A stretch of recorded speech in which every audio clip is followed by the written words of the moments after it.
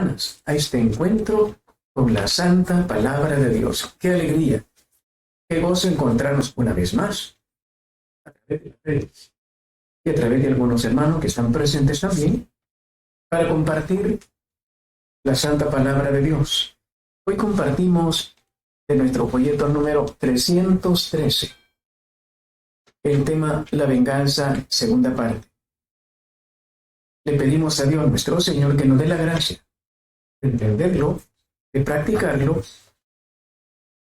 y no vengarnos nunca más. Se lo pedimos en el nombre del Padre y del Hijo y del Espíritu Santo. Amén. Gracias, Señor, porque nos permites, a pesar de nuestra indigencia, nos permites compartir este momento de reflexión con cada uno de tus hijas, de tus hijos. Te pedimos que selles este lugar con tu preciosísima sangre, Jesús, con los rayos de la divina misericordia, con la fuerza y el poder del Espíritu Santo. Y que todo sea para gloria tuya y bendición de cada uno de nosotros. Compartimos esta reflexión desde Santa Tecla para todo El Salvador y para el mundo entero. Un papá se encuentra con el hijo y le dice: ¿por qué te dejaste arrebatar los juguetes? El niño dice: que era más grande que yo. Debiste haberle dado duro. La próxima vez que lo veas, ¿qué le dices? Si te quitan algo, vos quitarle otro también. Y si no lo haces, yo a vos te voy a dar duro. ¿Cuántas veces escuchamos cosas semejantes? La venganza. ¿Y que este me la va a pagar? Y hay muchas venganzas disimuladas. El mundo entero parece que está preparado para ser vengativo. Y cada persona va intentando tomar la ley por sus manos. ¿Qué es lo que nos dice la Santa Palabra acerca de esta actitud de pleito, de revancha, de venganza? Veamos cómo lo expresa el libro de Isaías 19:18. Aquel día habrá 5 ciudades en tierra de Egipto que hablarán la lengua de Canaán y que jurarán por Yahvé Sebaot. Ir a Eres se llamará una de ellas. Palabra de Dios. Señor. Para entender este texto, nos vamos a ir a Levítico 19, en el versículo 18. Dice Levítico 19:18: no te vengarás, ni guardarás rencor a los hijos de tu pueblo. Amarás a tu prójimo como a ti mismo. Yo, Yahvé. ¿De qué nos hablan estas citas bíblicas?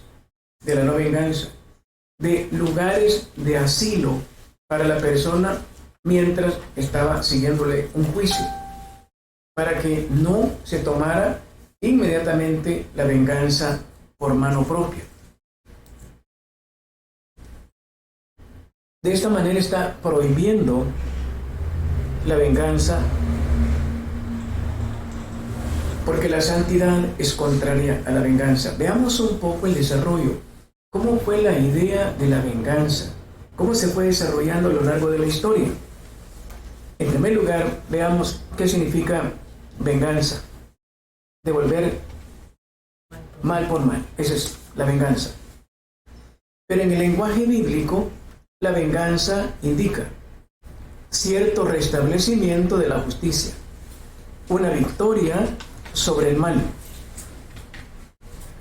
Si está siempre prohibido vengarse por odio del malvado, es en cambio un deber vengar el derecho atropellado.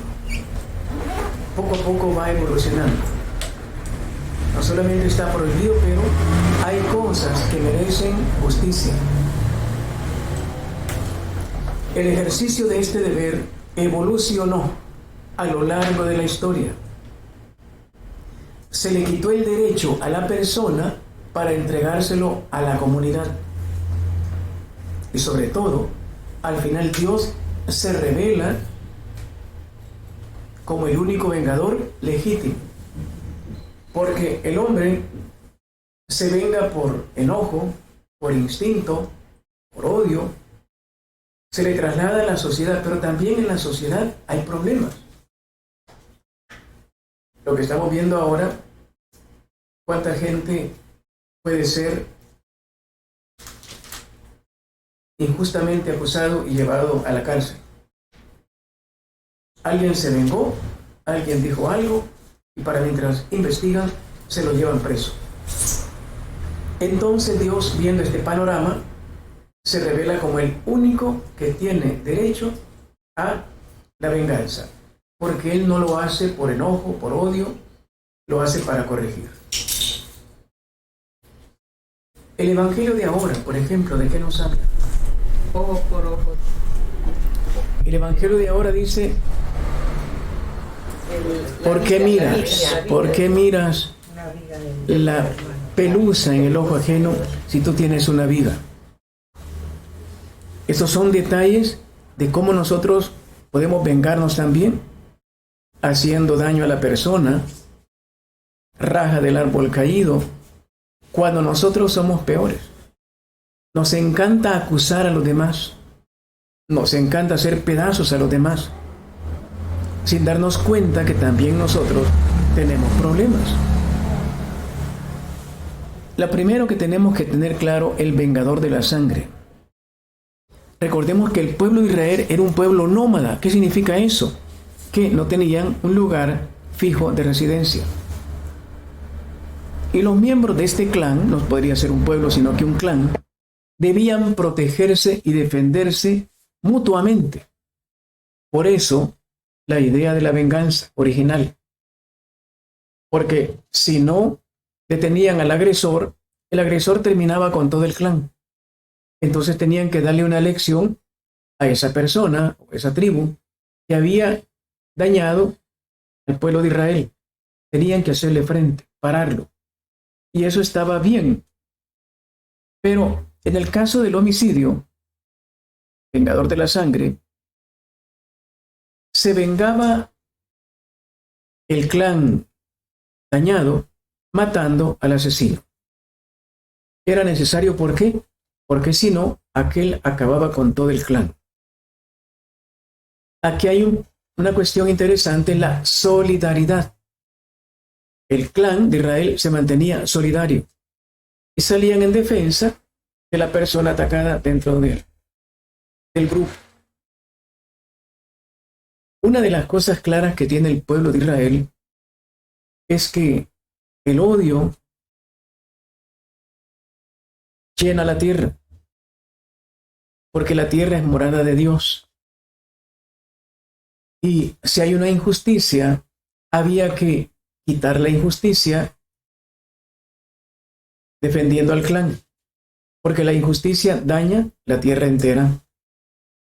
Eso para tener un poquito de idea cómo fue progresando poco a poco la cuestión de la venganza. Israel pasa a ser un pueblo sedentario, ya no es nómada, sedentario. Ya tiene un asiento, ya tiene ciudades. Pero todavía las reglas continúan. El vengador de la sangre se cuida de regularizar el ejercicio de su derecho. Ya no es tan salvaje como antes. Recordemos el capítulo 4 del libro del Génesis, Lamec. Era una venganza horrible.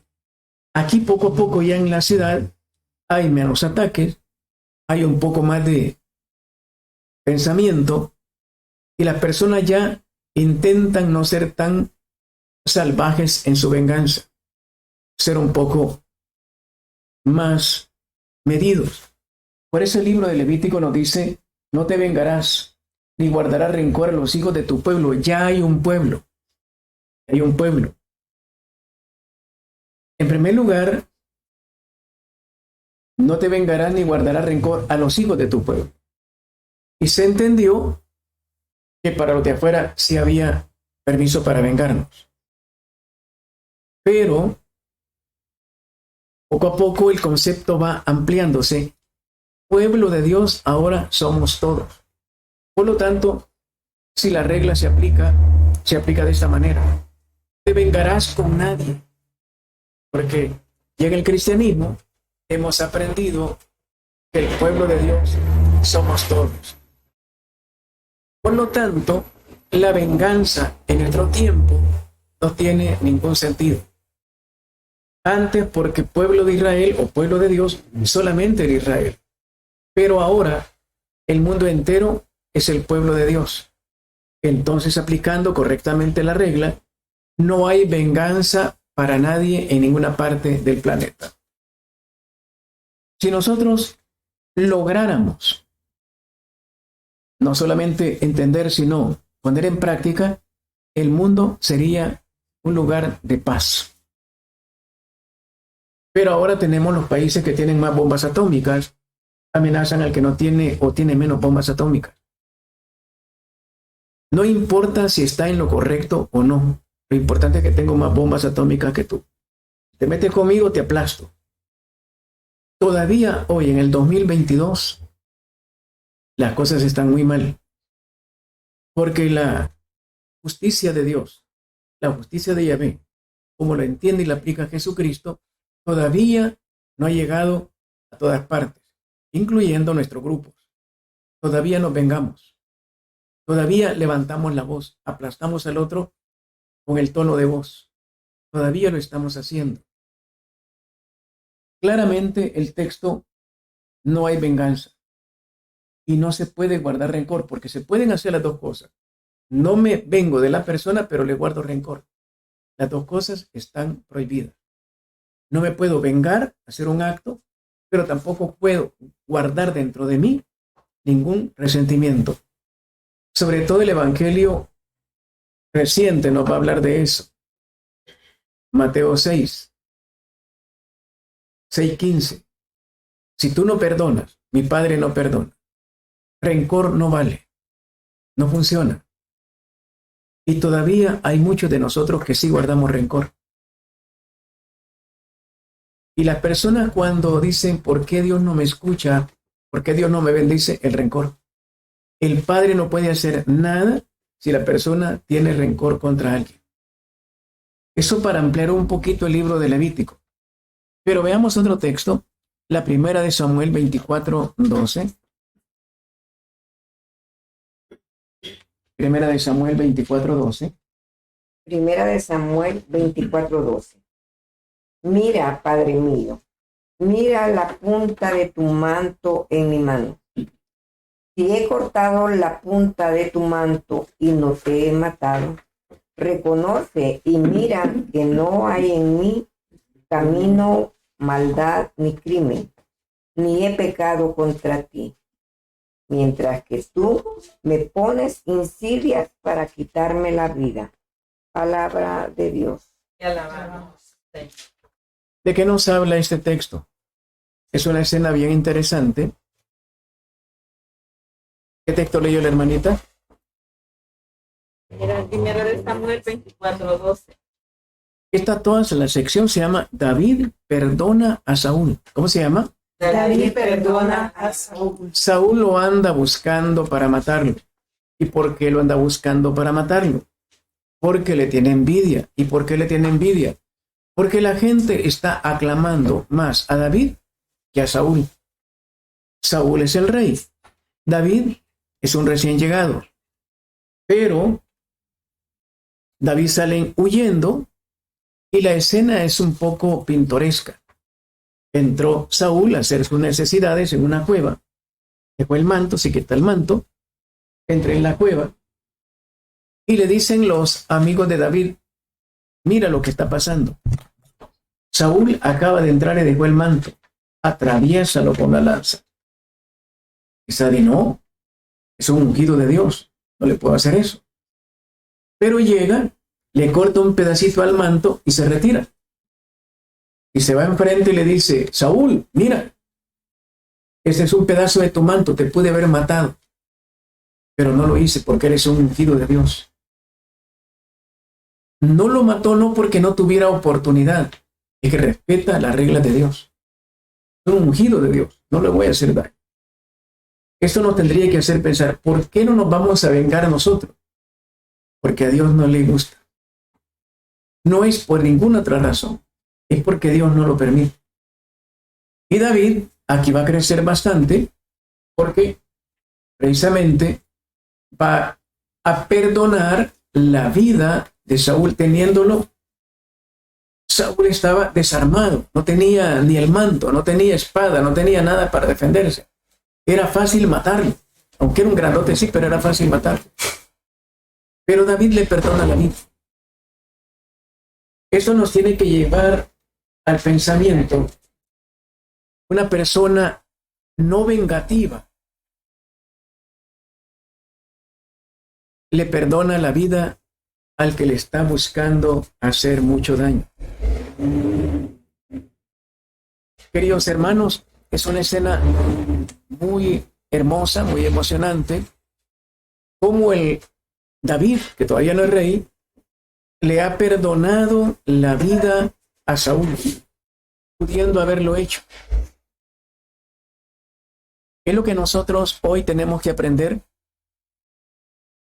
Y lo hace por una razón hermosa, porque es un ungido de Dios. Y nos enseña que aunque tuviéramos la oportunidad, aunque estuviéramos en la capacidad de tomar venganza, y fijémonos una cosa, ¿cuándo fue escrito este texto? El libro de Samuel, más o menos por el año 1040. Ya en ese momento ya había personas sanas como David, que no va a aprovecharse de la ventaja para tomar venganza, destruir al asesino. Y la escena es interesante, porque cuando David le muestra el pedazo de tela y le dice el texto, mira, rey Saúl, te pude haber matado, aquí está el pedazo de tu manto. ¿Cuál es lo que sucede aquí? El rey Saúl sale y le dice, hijo mío, tú eres mejor que yo. Tú eres mejor que yo. ¿Por qué? Estás perdonándome la vida, pudiendo haberme matado. ¿Qué le dijo el rey Saúl al rey David? ¿Qué le dijo? ¿Qué le dijo? Voy a repetir la escena. El rey Saúl estaba haciendo sus necesidades en la cueva. Andaba persiguiendo a David porque se vengaba, sentía odio por David porque era más famoso que el rey Saúl. Entonces, cuando anda huyendo el rey David, el rey Saúl entró en una cueva y entró a hacer sus necesidades. Los amigos del rey David, los soldados, le dijeron, mira, Dios ha puesto, fíjese la palabra, Dios ha puesto a tu enemigo en tus manos. Atraviésalo con la espada, clávalo con la espada, con la lanza. Eso podría ser una prueba. Dios poniendo al enemigo en la mano de David. Pero reacciona David. Dice, no lo voy a matar. ¿Por qué? Porque es un ungido de Dios. La única razón valiosa que menciona el rey David es que está ungido por Dios. No es porque le tuvo lástima, no es porque... no, tiene todas las de ganar. El hombre está acurrucado, desarmado totalmente. Matarlo era sumamente fácil. La razón por la cual usted y yo no nos vamos a vengar no es porque le tengo lástima, no es porque no puedo, es porque Dios no lo autoriza. Si lográramos vivir esto a nivel mundial en este momento, el mundo se salvaría. Y cuando Saúl le corta el pedazo, se va a la montaña de enfrente, le grita, rey Saúl, mira, te pude haber matado. ¿Reconoces este pedazo de tu manto? Y dice Saúl, es cierto, es mi manto. Da un grito Saúl y dice, hijo mío, tú eres mejor que yo, porque pudiste haberme matado y no lo has hecho. Tú me buscas el bien a mí, yo te he buscado el mal a ti. Hijo, perdóname. Qué interesante. El no perdón provoca más venganza. El perdón, la no venganza, provoca la conversión de Saúl. Una escena muy interesante. Saúl es inteligente, se da cuenta que sí, estuvo a punto de ser atravesado con la lanza, porque eso es lo que él quería hacer con David. David lo pudo haber hecho con él y no lo hizo, por Dios. Y Saúl reacciona, dice, eres mejor que yo. Pensaba que David era malo, porque le quería quitar la fama, la fortuna, etc. Pero ahora reacciona, tú eres mejor que yo. Y le llama hijo mío. Es un cipote realmente. Esta escena debería de marcarnos a cada uno de nosotros. Recordémosla siempre que nos vayamos a vengar y tengamos la oportunidad para vengarnos. Lo que hizo David con Saúl. Le perdonó la vida. Y sin condiciones. No digo, mira, te perdono la vida, pero no, sin condiciones. Si no, no es perdón. No quiso vengarse. Esto para tener un poquito de ideas claras. Desde el año 1040 ya había ese tipo de corazones muy buenos. Veamos Jueces 15:7. Jueces 15:7. Jueces 15:7. Sansón les dijo, ya que se portan así, no he de parar hasta vengarme de ustedes. Palabra de Dios. Te alabamos, Señor. ¿De qué nos habla esa escena? Es una escena diferente. Estamos en el libro de los Jueces. Todavía no hay profetas. Antes del profeta Samuel, ¿recuerdan ustedes quién fue el primer gran profeta del pueblo de Israel? Hermanita Margot, ¿recuerda quién es el primer gran profeta? Hermanita Esperancita, ¿lo recuerda? El primero en la línea fue Samuel. Y Samuel va a comenzar, el profeta mayor de todos los tiempos es Moisés, lo dijo muy bien la hermana. Pero cuando ya comienza Dios a ordenar la vida del pueblo de Israel, fue con profetas. Pero antes de los profetas hubieron jueces. Y los jueces dictaban sentencia. Para eso fueron colocados, para defender al pueblo. Después de los jueces van a aparecer los profetas. Esta escena es antes del profeta Samuel. Y aparecían unos jueces que eran más o menos buenos, igual que ahora, y otros que no. Aquí se habla de Sansón. Sansón era un juez. Y como estamos en una época salvaje en este momento, sacaron a ese Sansón, que era un gigante, para derrotar al enemigo. Se necesitaba un gigante. Pero lo que vemos aquí es que no siempre los gigantes tienen cerebro. Aquí este hombre se dejó ganar, entregó el secreto a una mujer, y esta mujer se lo entregó a los enemigos y le sacaron los ojos. Ahí terminó la historia, pero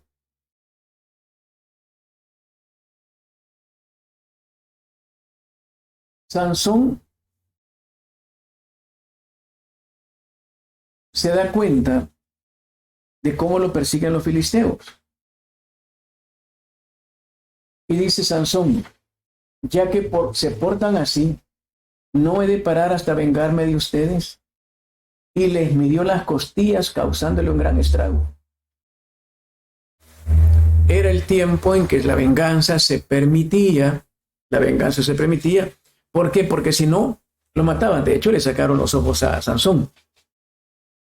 Esto hay que ubicarlo en su tiempo. Cuando una persona venga y nos diga, mire, pero es que Sansón se vengó.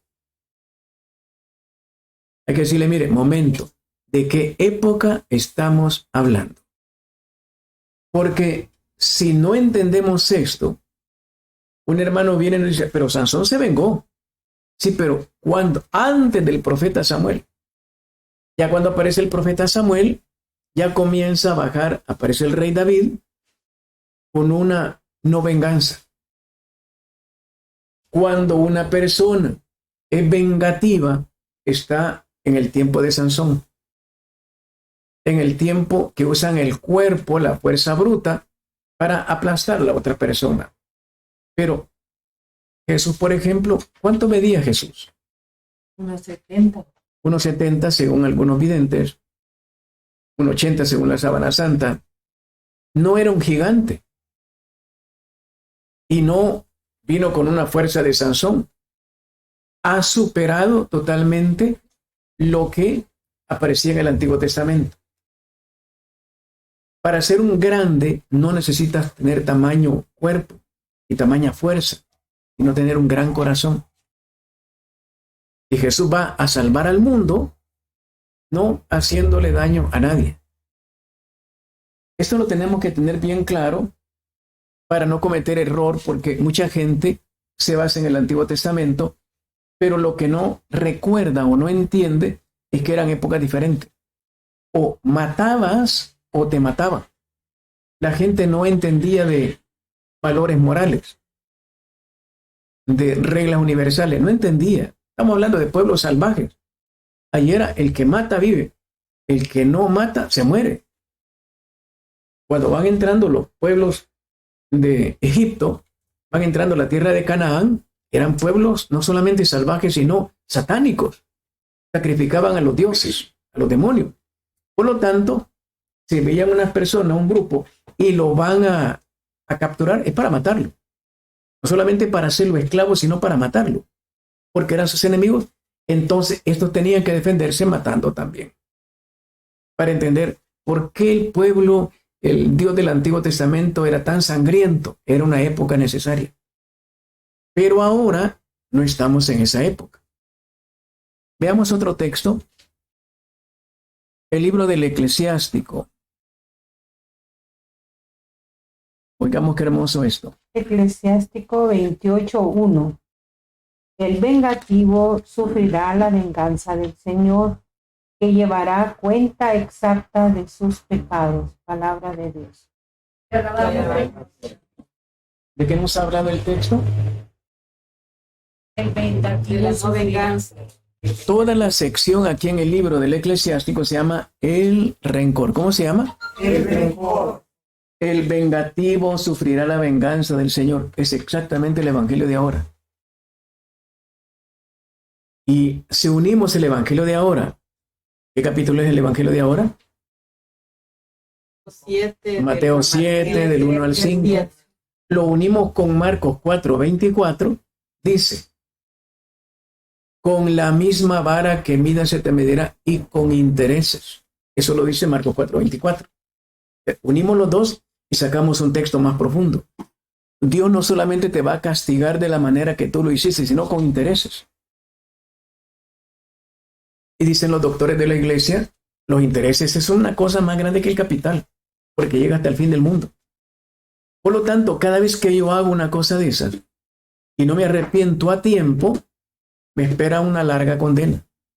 No tiene sentido. Dios por eso no permite la venganza de nadie, no importa lo que nos hayan hecho.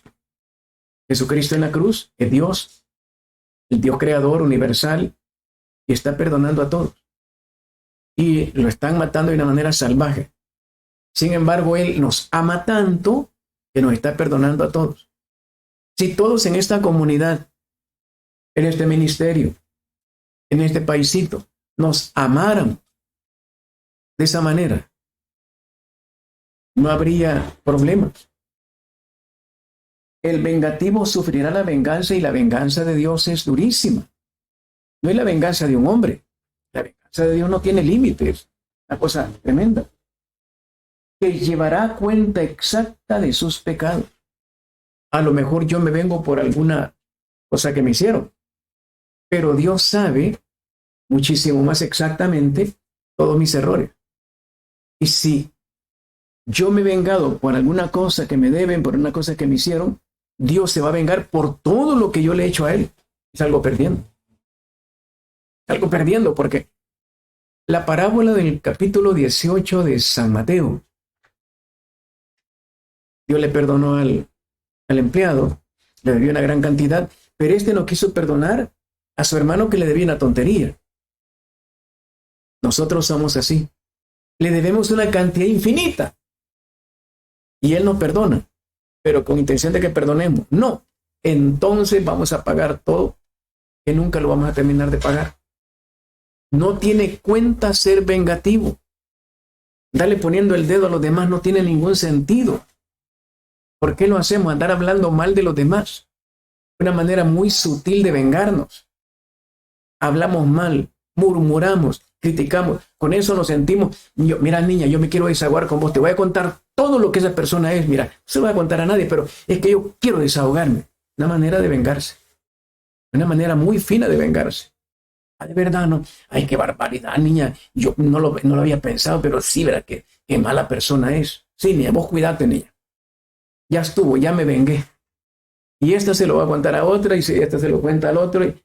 Pero eso está pasando entre nosotros. El último en enterarse es la persona del problema. Todo el mundo sabe el problema, menos la persona con la cual deberían. Mire, aquí traen un problema. ¿Y por qué no viene la persona? Que venga la persona directamente. No, primero regó la bola con 5, 6, 10 personas y nunca dijo directamente el problema. Se ha vengado. Me hizo un daño, pues yo lo hago con 10. Ya no lo quieran, que lo odie. Es increíble cómo pasa esto.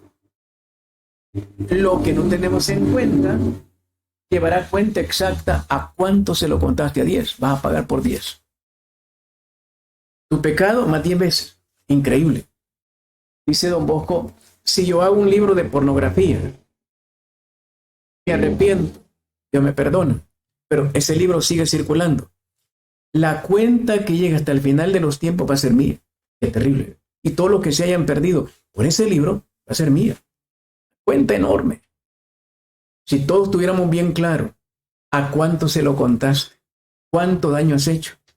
Es que yo no me iba a quedar callado. Uno tiene su dignidad. Uno tiene que defenderse. Y te defendiste hablando con todo el pueblo de esa persona. Perdona la ofensa a tu prójimo. Y cuando reces, escuchen, tus pecados te serán perdonados.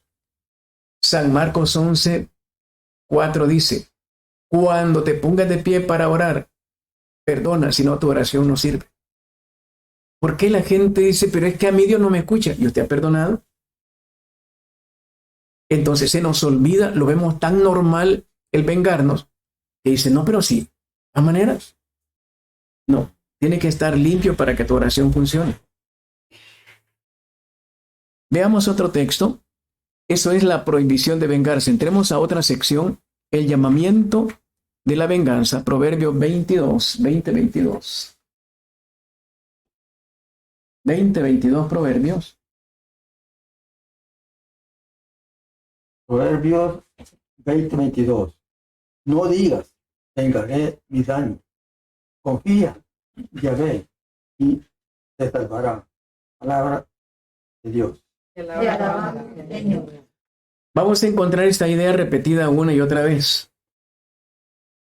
¿Cuál es la clave? Según el libro de los Proverbios. No digas vengaré mi daño. Esa frase está prohibida entre nosotros. Sino confía en Yahvé y te salvará. Jesús le dice a Santa Faustina. La Virgen María también se lo dice a Faustina. Hija, no te defiendas para que mi hijo te defienda. Tú no te metas en problemas. Deja que mi hijo te defienda. Y Dios sabe cómo lo va a hacer. Porque en todas partes vamos a encontrar personas difíciles. En el convento de Santa Faustina le llovía. Señor, ¿qué hago? Mira todo lo que dicen de mí. Que no te preocupe lo que opinan de ti. Que te preocupe lo que yo opino de ti.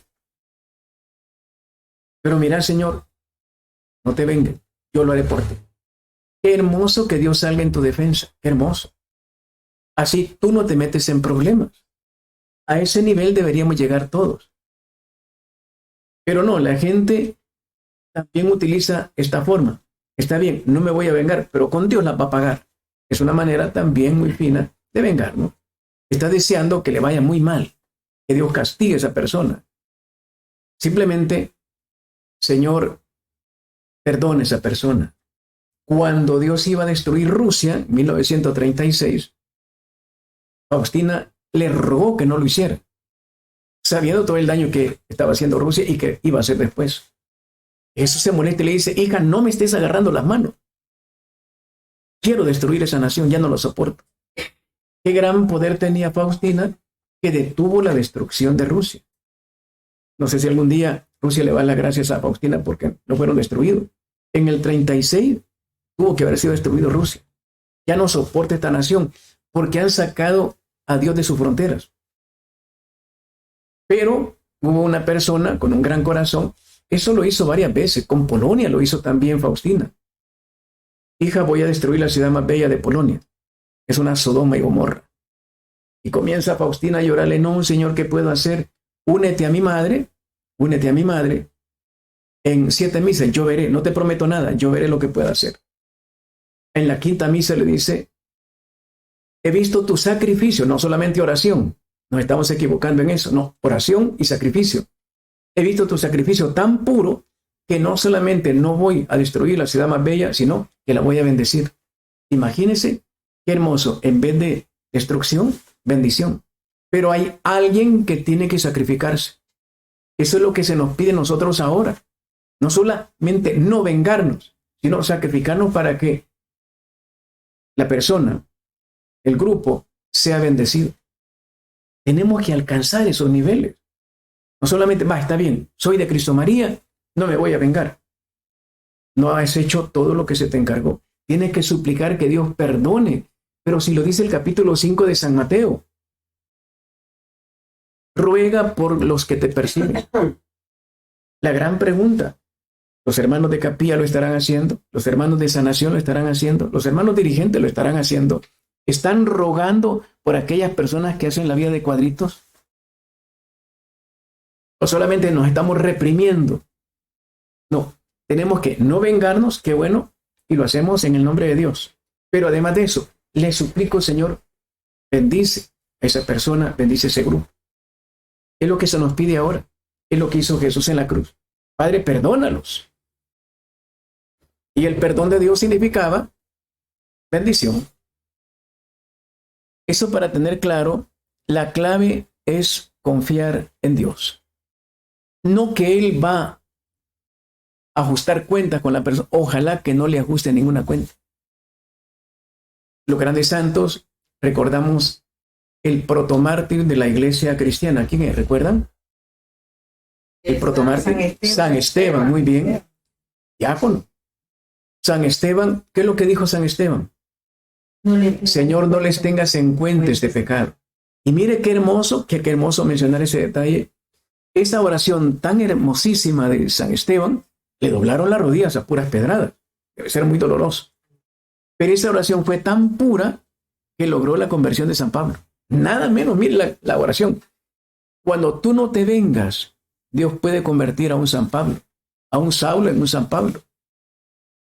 Pero lo hizo con tanto corazón, estaba lleno de luz, dice el texto, el libro de los Hechos, que Saulo, que tenía la piedra en la mano, se le cayó la piedra, dio la vuelta y comenzó a caminar.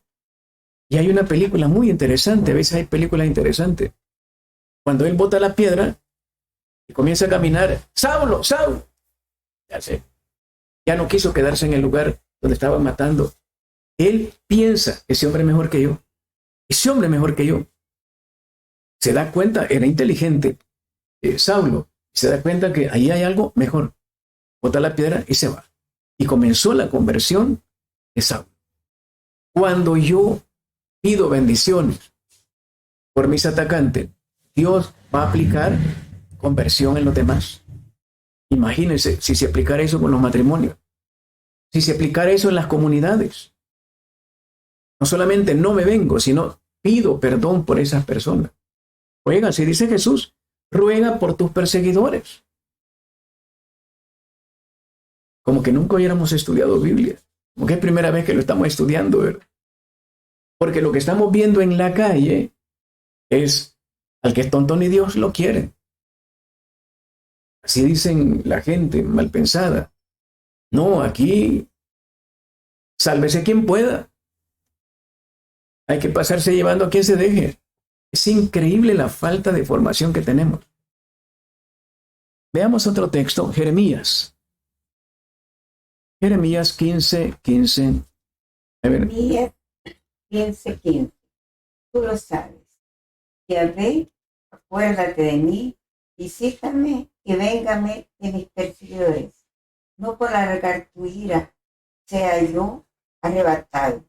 Sábelo por ti, he soportado el aprobio. Palabra de Dios. ¿quién era Jeremías? Hay que dar un poco de terreno al texto. Hay que ambientarlo. Si no, no vamos a entender, no vamos a ser profundos en Biblia.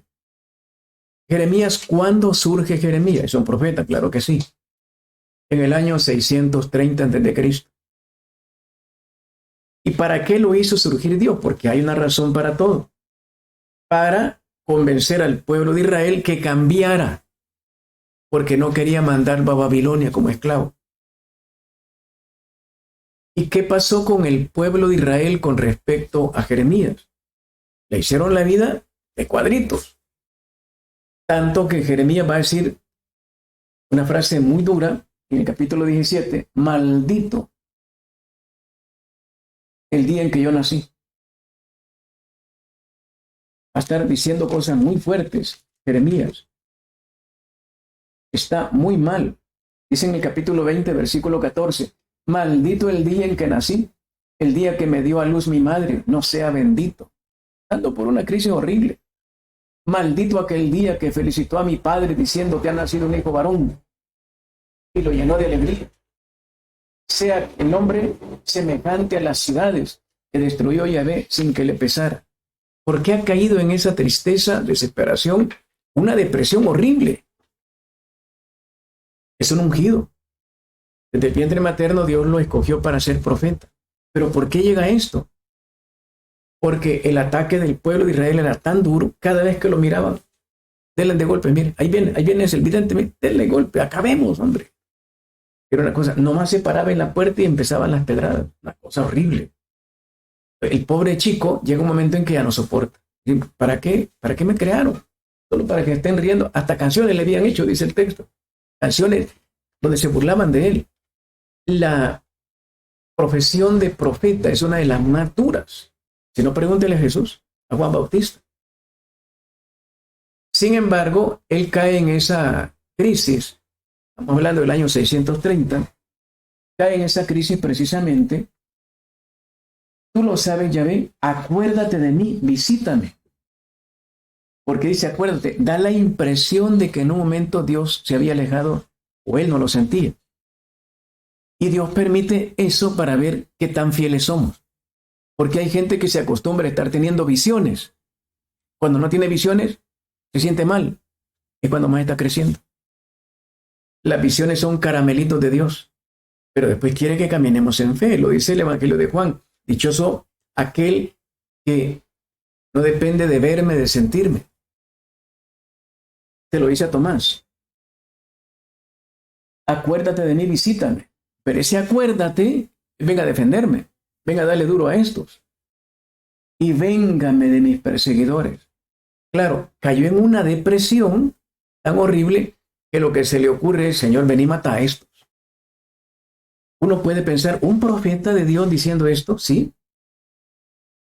Nosotros también podemos caer en eso. Si este gran profeta, Jeremías, cayó en ese momento de maldecir su vida, de pedir destrucción para sus enemigos, también nosotros.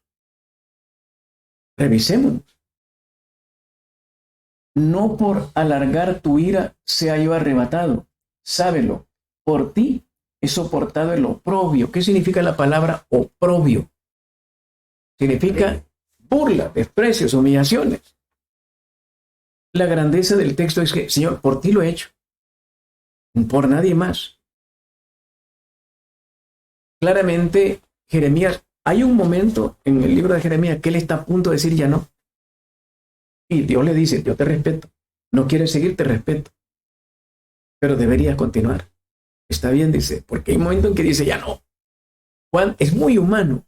el libro de Jeremías es muy humano, nos presenta un ser humano que está luchando con una crisis enorme, que de pronto dice, ya no sigo, ya no, ¿para qué? Esto no funciona. Es más, solo problemas me atrae. ¿Cuánto le hemos dicho en el ministerio? Pero qué bueno que Jeremías no se salió, llegó hasta el final. Y ahora es uno de los grandes profetas. Pero que veamos esa crisis, qué bueno que la Biblia trae la crisis de Jeremías, igual que otros profetas. Nos indica que esto realmente son seres humanos. Y que la crisis que tú estás pasando también la pasaron ellos. Pero lograron superar. En un momento habremos deseado destruir a una persona, a una comunidad, etc. También Dios lo ha intentado en algún momento. Voy a destruir, pero interviene. El caso, por ejemplo, del libro del Éxodo, le dice a Moisés, apártate, Moisés, voy a destruir este pueblo. Voy a hacer un pueblo nuevo, ya no quiero saber nada de este pueblo. Y qué hermoso encontrar un intercesor. A Moisés le había ido muy mal con el pueblo de Israel. Y sin embargo le dice, Señor, si lo destruyes, van a decir los egipcios que no tuviste poder para llevarlos a la tierra prometida. No van a hablar mal de ellos, de vos van a hablar mal. Señor, no puede pasar. Pareciera como que Moisés le da clases a Dios. Pero qué bueno tener esa confianza de platicar con Dios así. Señor, no van a hablar mal de ellos, de vos. Van a decir que no tuviste poder. No lo hagas, Señor. Y está bien, no lo voy a hacer. Impresionante la escena. Pero qué bueno que alguien intercede. Pero no es la única vez. En otro momento, la del becerro de oro. Apártate, Moisés. Los voy a destruir. Y sale al frente Moisés. Señor, si los vas a destruir, destrúyeme también a mí. Porque ellos son mi pueblo. Son mis hermanos. Yo sin ellos no puedo vivir. Uno se impresiona de Moisés, pero si lo habían tratado tan mal. Sí, pero una persona humilde nunca guarda rencor, nunca se venga. Moisés, sí, Señor, acabátelos. Son gente malvada. Que se acabe. Ni uno, todo. Fuego con todo el penal de Mariona, el penal de Izalco y todos los penales. Fuego. Ese no es un cristiano. A mí me lo han dicho, ¿y por qué no le da fuego Dios a los penales? Tendría que darle fuego a toda la humanidad entera. Y no solamente aquellos son malos, también nosotros. La venganza no está permitida. Entonces, qué interesante. Al final reacciona a Jeremías, después de esta crisis tremenda, y logra ser un gran profeta en el pueblo de Israel. Se mantuvo firme. Cuando Jesús dice varias veces, Mateo 24:13, el que persevere hasta el final, ese se salvará. Sabe que perseverar hasta el final no es fácil. Porque la arrancada de machorrenco, ahí somos buenos pero en realidad mucho para que están arreglando la calle, para que no hagamos reunión de todas maneras. Pero mire, interesante, perseverar. El Señor va a bendicionar. Entre más te cuesta avanzar, más grande será la bendición. ¿Cuál es el momento cumbre de Jesús? Cuando estaba en la cruz. Él se sacó 10. Cuando andaba haciendo milagros, tenía carisma, se sacó 8, 7, 50. En la cruz se sacó 10. Cuando ya, y lo dice Jesús, solo porque mi Padre todavía no dice el momento en que ya está diciendo, ya no aguanto.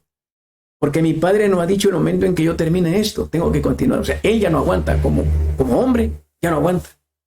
Si mi Padre todavía, tengo que seguir avanzando. Él también dice, Señor Padre, no quiero terminar aquí, permíteme llegar hasta el final. Pero lo tuvieron que llevar chineado. Al Monte Calvario lo suben chineado porque ya no podía. Pero él se dejó chinear. Él dejó que lo llevaran hasta allá arriba para terminar la obra. Esto también en favor de, en vez de vengarse de cualquier otro. Ay, Señor, anda rayos sobre este pueblo de Israel. No. Padre, perdónalos. La oración más hermosa que se ha encontrado en la Biblia es esa. Padre, perdónalos. Dice, pero ¿cómo un hombre puede tener esa capacidad de rogar por los asesinos? Dios la tiene. Y un cristiano debe tener. Veamos otro texto. Job.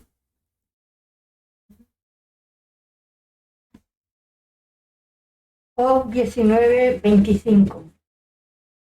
Yo sé que vive mi defensor, que se alzará el último sobre el polvo. Palabra de Dios. ¿Qué no leyó la hermana? Toda esa sección se llama El triunfo de la fe en el abandono de Dios y de los hombres. El triunfo de la fe, ¿cuándo logramos vencer? Cuando nos abandonamos en Dios. Cuando nosotros, ¿por qué todos los santos han hecho milagros? ¿Por qué llegaron a santos?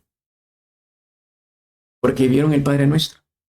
Este es el pan de ahora, mañana Él nos va a dar el pan de mañana. Hoy ese es el pan de ahora, repártalo a los pobres. Nosotros atesoramos y se nos arruina. Ahí en la refri están cayendo un montón de cosas ahí, pudriéndose, etc. En vez de haberlas repartido, no, hay que guardarlas para mañana, para pasado. Cuando el tiempo se pudrió, se arruinó. El triunfo de la fe en el abandono a Dios. ¿Por qué Jesús pudo triunfar? Padre, en tus manos encomiendo mi espíritu. Y ganó la batalla. Cuando eso pasó, el infierno se quedó en silencio. Acababa de ser derrotado. Pensaban que Jesús iba a decir, Señor, lo último que te pido, dale duro. Ahí te lo encargo a todo. Y cuando oye la manera como muere Jesús, aquel entendió, ahora Él es el Rey. Yo he sido destruido. Todo el universo entero, dicen los videntes, se quedó en expectación en el momento de la muerte de Jesús. ¿Y ahora qué va a pasar? Todos se quedaron expectantes. Acaba de ser muerto el Creador por las criaturas, pero murió bendiciendo y ha salvado a la humanidad. Hay una escena de la pasión de Luisa Picarreta donde dice Jesús, hay que tomar una opción. Unos me quieren matar por odio, otros me quieren matar para salvarme, para salvarse. Hasta el Padre Eterno me quiere muerto. María me quiere muerto. Todos me quieren muerto, pero uno para salvar. Es necesario tomar esa gran decisión. Unos porque me odian, otros porque me aman, para salvar al mundo. Pero si sabe Jesús que la gran mayoría no. Sí, pero mi tarea es salvarlos a todos. No vengarme de nadie. En el Evangelio de Juan va a decir, yo no he venido a destruir a nadie. Eso será en otro momento. Yo no vine a juzgar a nadie, ni a condenar a nadie. Por eso vemos todo el Evangelio, no hay ninguna condenación. Es más, el ladrón, bueno, vámonos para arriba. A eso vino. Somos unos picarazos cada uno de nosotros, es posible. Somos unos grandes pícaros, etcétera, etcétera. Sí, pero ha venido a decirte, hijo, vámonos para arriba. Si le decimos como el buen ladrón, yo reconozco mi pecado. Señor, acuérdate de mí, ¿cómo no, hijo? Ya reconociste tu pecado, me encantó. No hay venganza aquí, no hay rencor, muy bien, vámonos para arriba. El triunfo de la fe en el abandono a Dios nos cuesta abandonarnos en las manos de Dios, nos cuesta. Siempre queremos tener la cuenta bancaria por ahí, páralo, alguna cosa. Yo sé que vive mi defensor. Esto es un principio hermoso, lo dice al pie de página la Biblia de Jerusalén. Está pensando en que el mismo Dios, contra toda esperanza, intervendrá para hacerle volver del Sheol, la resurrección. Yo sé que vive mi defensor, que se alzará el último sobre el polvo, que después que me dejen sin piel, ya sin carne, veré a Dios. Llega un momento hermosísimo en el libro de Job. Aunque me quitaran toda la piel, yo sé que eso me puede ayudar a estar delante de Dios. Esto le pasó a Jesús literalmente. En una de las horas de la pasión dice, era un cordero desollado. Creo que es la hora 19. Cordero desollado. No hay ningún otro centímetro donde puedan hacerme otro agujero más. Después que me dejen sin piel, cordero desollado, ya sin carne, veré a Dios. Hay un chispazo en la vida de Job. También maldijo a Dios, maldijo su momento. 3:3 de Job. Pero reacciona y dice, yo sé que vive mi defensor. Si el defensor vive, yo también voy a vivir.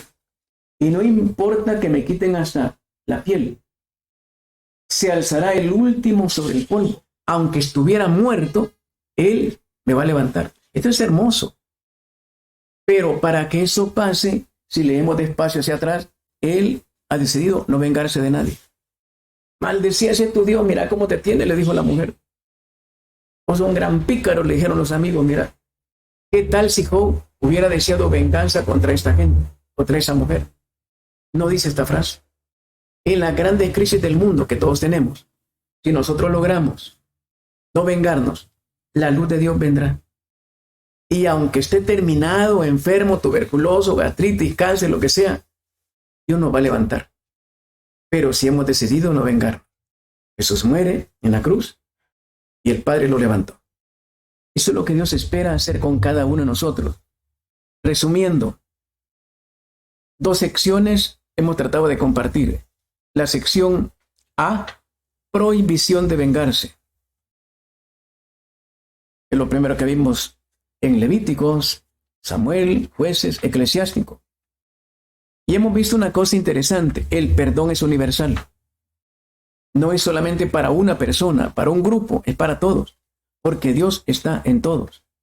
La segunda sección, llamamiento de la venganza.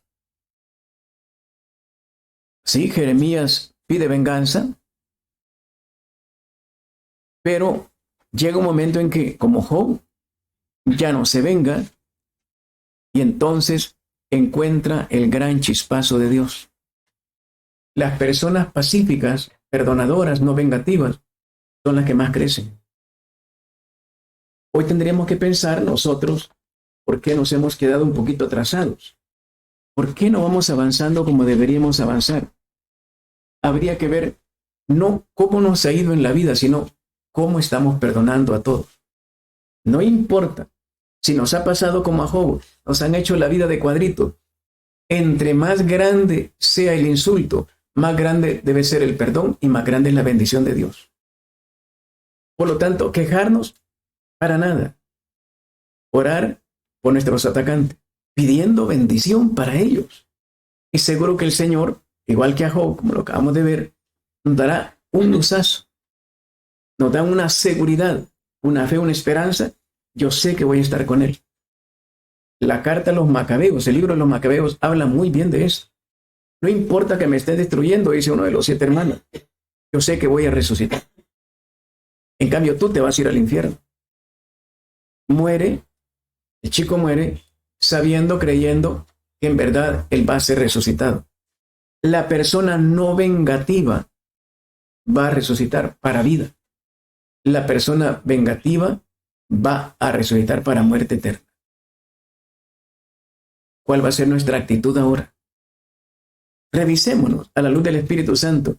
¿Cuántas veces al día estoy deseando vengarme? ¿Cuántos rencores tengo en mi corazón? Lo que pasa es que nos hemos acostumbrado a la venganza, al rencor, lo vemos tan normal. A mí el que me la hace, me la paga. Ese me debe un clavo, un día me la va a pagar. Lo vemos tan normal. Dios no lo ve normal, lo ve mal. Queridos hermanos y hermanas, hagamos un esfuerzo en este momento por perdonar a todos. Y no solo perdonar. Decidir no vengarnos. Y no solo decidir no vengarnos, sino pedir bendición para todos nuestros atacantes. Eso es lo que Dios espera. Eso es un santo. Moisés y todos los santos de nuestra historia han dado la vida por los demás. Que le fue muy mal. Santa Faustina es un ejemplo clásico. Le hicieron tanto daño y ella repartió todo lo que ganó, lo repartió entre todas las personas que le hicieron daño. Impresionante. Es lo que Él espera también de nosotros ahora. Padre eterno, sobre todo tú, Señor Jesús, que terminaste tu vida en una cruz, pidiendo perdón por mí y por cada uno de tus hijos, de tus hijas. Ayúdanos a hacer exactamente lo mismo, pero no solamente en este instante, de aquí para siempre. Que nuestra vida sea no una queja, sino una bendición permanente en favor de todos, pero como dice el Evangelio 5 de Mateo, especialmente por aquellos que nos son más difíciles. Y que la gloria sea para ti y la bendición para todos. En el nombre del Padre y del Hijo y del Espíritu Santo, y los no vengativos le damos gracias a Dios con un fuerte aplauso.